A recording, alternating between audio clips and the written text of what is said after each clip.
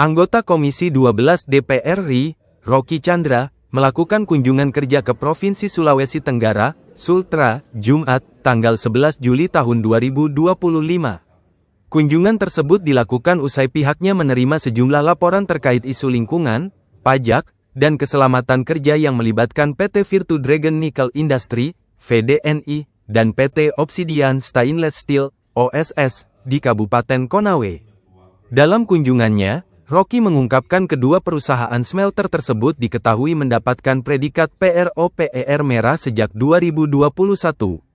PROPER merah menjadi indikator adanya potensi pelanggaran dalam pengelolaan lingkungan hidup yang berisiko pada masyarakat sekitar. Kami menerima laporan lebih dari 5.000 warga yang terkena ISPA dan datang ke puskesmas di sekitar VDNI dan OSS. Ini menjadi catatan penting, karena ada kaitannya dengan PROPER merah yang mereka dapatkan, kata Rocky Chandra. Rocky menyebut pihaknya telah meneruskan persoalan ini ke Kementerian Lingkungan Hidup dan Kehutanan, KLHK, agar penegakan hukum melalui Gakum KLHK dapat turun langsung untuk memeriksa dugaan pelanggaran lingkungan tersebut. Selain persoalan lingkungan, Komisi 12 DPR RI juga menemukan adanya tunggakan pajak yang belum dibayarkan VDNI dan OSS selama 5 tahun terakhir. Tunggakan itu meliputi pajak air permukaan, pajak kendaraan bermotor, dan pajak bahan bakar. Untuk pajak air permukaan saja, di luar gugatan, ada senilai 5,6 miliar rupiah. Kami minta PT VDNI segera membayar kewajiban tersebut ke pemerintah daerah Sultra, karena ini langsung berhubungan dengan pembangunan daerah, tuturnya. Tak hanya itu, sepanjang 2025, tercatat sudah ada 13 kasus kecelakaan kerja di PT OSS. Rocky menilai, penjelasan pihak perusahaan yang menyebut kecelakaan terjadi karena human error pekerja lokal tidak dapat diterima begitu saja. Perusahaan punya kewajiban membina, melatih, dan melindungi pekerja lokal. Kalau tetap terjadi kecelakaan kerja, berarti ada sistem keselamatan kerja di perusahaan yang perlu dievaluasi, kata Rocky.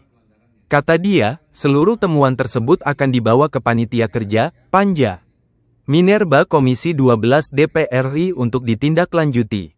Banyak hal dari penjelasan pihak manajemen yang menurut kami belum memuaskan.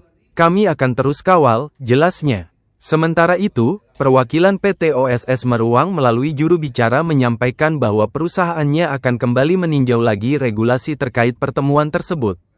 Kita juga pasti dari OSS bakal melakukan sesuai dengan peraturan yang ada di Indonesia. Soalnya kami juga tidak tahu tentang informasi ini, akan mencari tahu dulu lebih dalam bagaimana, apa yang sebenarnya terjadi, nanti pasti akan melaksanakan kalau sudah tahu, pungkasnya. Dengan isu lingkungan yang mana Virtu Dragon dan OSS ini mendapatkan proper merah dari tahun 2021. Ini kami dalami dan kami mintai keterangan. Lalu yang kedua juga isu terkait dengan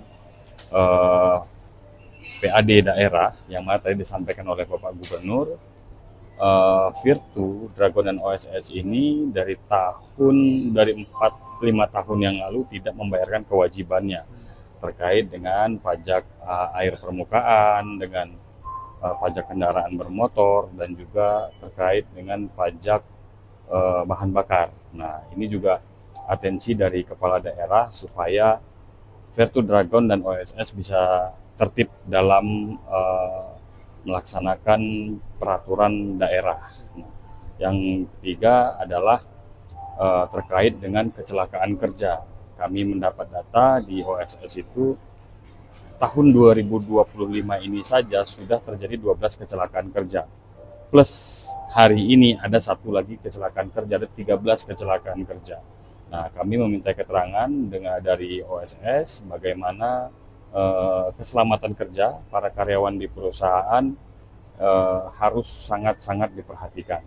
Jadi dari keterangan-keterangan yang kita ambil tentunya dan yang disampaikan oleh manajemen dari Virtu dan OSS, banyak sekali ketidakpuasan dari kami dan kami akan